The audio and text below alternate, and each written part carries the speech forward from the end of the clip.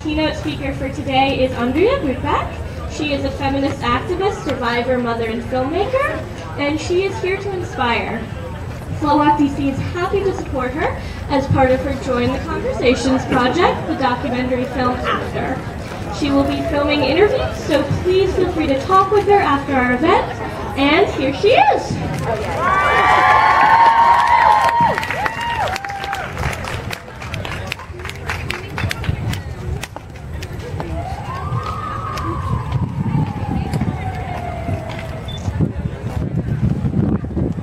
Hello, sluts.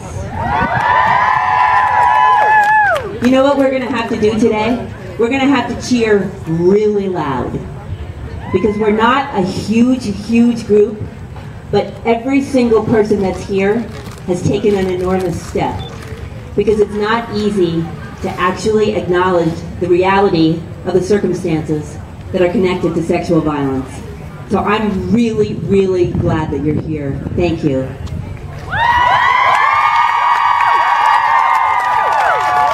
Okay, come on, we're really going to have to work together, okay? Because my job is supposed to be the riler, and we got to rile, okay? So, we've got 4 little letters, S-L-U-T. And with these 4 little letters that make up one word, we have managed to rock the world. What a word. When Michael Sanguinetti said it in Toronto, he inadvertently lit the match to a fire of victim blaming and shaming that's burned since whenever people started doing harm through the genitals and denying accountability. That's how long this has been burning. But we're here to say no, aren't we? Okay, I'm getting it. I'm going to cue everybody, okay? Okay. When white slave owners beat the word onto the bodies of the women they were raping, they evoked a permanent epigenetic history. When women throw the word at other women, they externalize their internalized misogyny and perpetuate the patriarchy that breeds sexual violence. When Ed Schultz threw it at Laura Ingraham and Rush Limbaugh threw it at Sandra Fluke, I think you know what that did. I hope you did. And when Heather Jarvis and Sonia J. F. Barnett co-founded the first Slut Walk in Toronto, they rocked the world. If Slut Walk was only about the little word slut, it would be challenging enough because it holds different meaning for all of us. But sexual violence is like a great big umbrella. The statistics are so big and so bad that if we combine the people who have lived through it, the people who have chosen to do it, and the loved ones and connected community of both, the demographic is bigger than any other ism of divide that we can come up with on the planet. So you are a part of a large, I would call it a dubious honor because being a part of this community is really painful, and you are a part of a large community. And make no mistake about it, we are here to stop sexual violence. That's what this is about.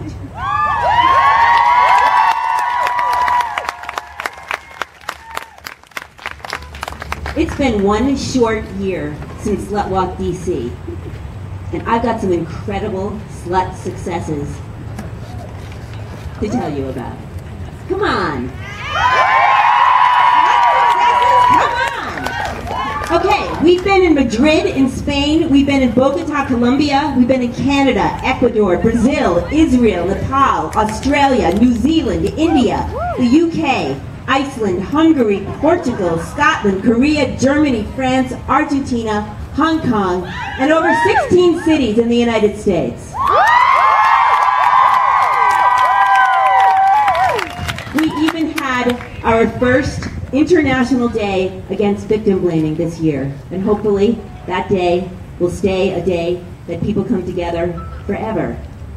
Except that my intention is to do something so that the sexual violence stops, and then maybe we don't have the need to come together in the same way.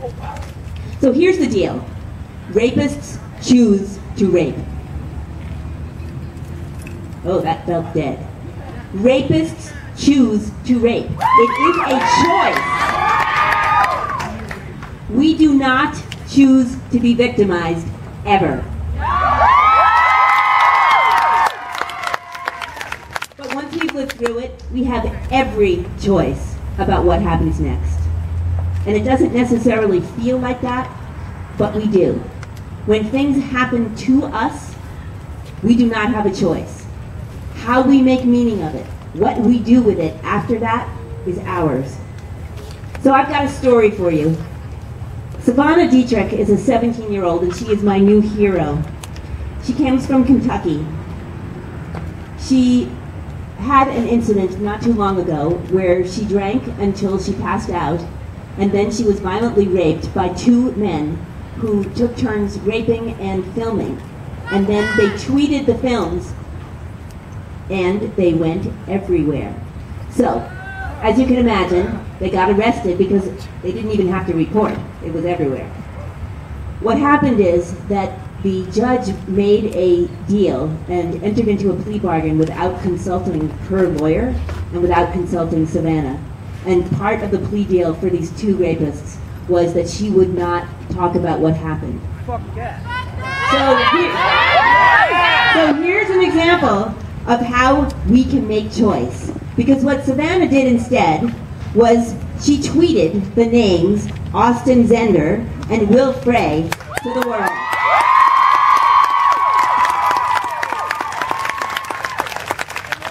And then they slapped her with a charge of contempt, and she was facing jail time and a big fine. And then people from all over the world came together and put so much pressure on the judge that they dropped the charges. Yeah.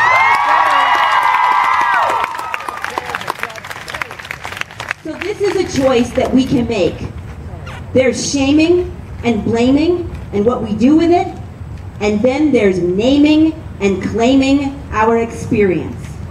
The antidote to shame and blame is naming and claiming the reality of our stories.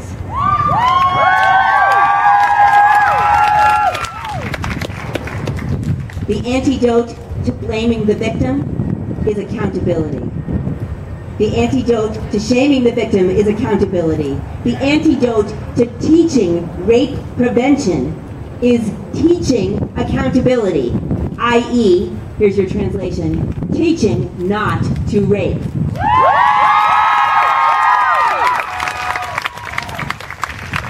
In order to be accountable, you have to be able to name the reality and the truth of your own experience. And you have to be able to claim it as yours, even if it's painful. Because the reality is that whatever happened has already happened. What we've got is the rest of our lives to live. And naming this truth about rape and sexual violence isn't pretty. And sometimes it hurts like hell. But we have to do it anyway. We know how to tell the difference between something that feels true in the moment and what I call true true. There is no currency for hurt. Hurt just hurts. It doesn't matter if mine came first or lasted longer. Sexual trauma wounds, and we each have our own way of naming these scars. I have a name. My name is Andrea, and I am a survivor. And you all have names. Even rapists have names. It's hard to wear your name proud when you live in a culture that shames and blames you for things that you have absolutely no control over and that other people have chosen to do.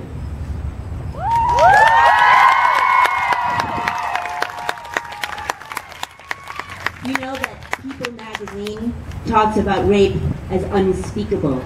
So how the hell do we name and claim our experiences when they're considered by mainstream media to be unspeakable? You know what we do? We say, I'm a survivor, and yes, it hurt me really badly.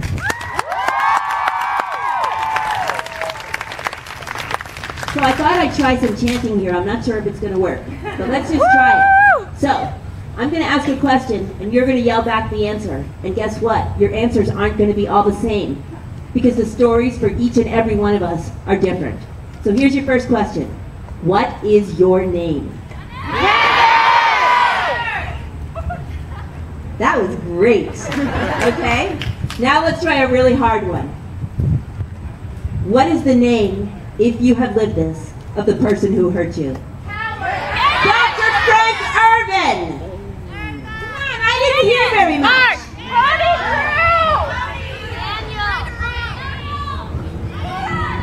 Okay, and now we're going to do this all together. We can name the names of the people that hurt us. They name their names. Why can't we?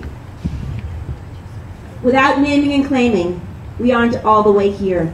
When we're not here, we don't need to be dealt with.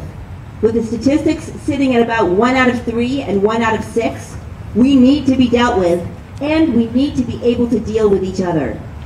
Sexual violence doesn't only hurt the people who have been victimized. It also shatters the innocence, beauty, and wonder of every single one of us. Okay, repeat after me. We will not be blamed. We will not be blamed. We will not be shamed. We will not be shamed. We will name names. We will name names. Because naming makes things real. Because naming makes things real. And it does. Yesterday, I got here a little bit early. I've come here from Boston, and I had an opportunity to take a really long walk around, I don't know, the central part of the city. And when I was walking, I had a vision. And I wanted to make sure that I had the definition correctly. So it's a vision. Vision is defined as something to be perceived with the eyes. And one of the things about denial is that denial makes it almost impossible to see or be seen. But anyway, I had this vision. Here we are in front of, I said it a little differently last year, but I have to say, it still looks the same. That looks like an enormous phallus to me. We are sitting in front of Washington Monument, and we're talking about sexual violence. And I walked by the Ronald Reagan building, which I don't know if any of you are as old as I am, but the Ronald Reagan building doesn't hold happy memories for me. But then I walked by the Holocaust Memorial, and I started to think. And I started to think how scary it's always been to talk about the kind of pain that happens out of violent rape, when there's always something worse that we can hold up as that something worse happened to somebody else.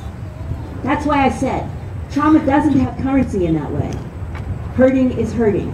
And then I had my vision. And this is my vision. I want, in Washington, D.C., which is supposed to be the center of America, I want a survivor memorial. And I think that we deserve it.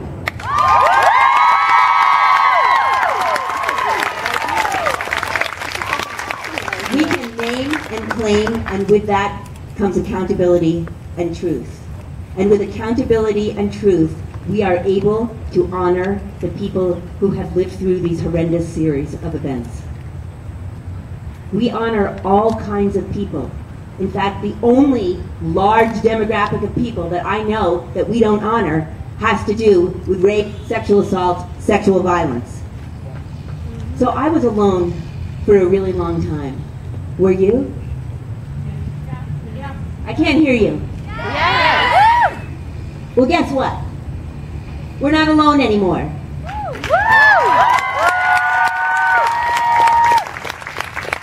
And if we can do this, I think it can be done. I mean, we have an old post office building. We have all kinds of memorials for all kinds of people, many of them actually people who did terrible violence. Why not a memorial for sexual violence survivors?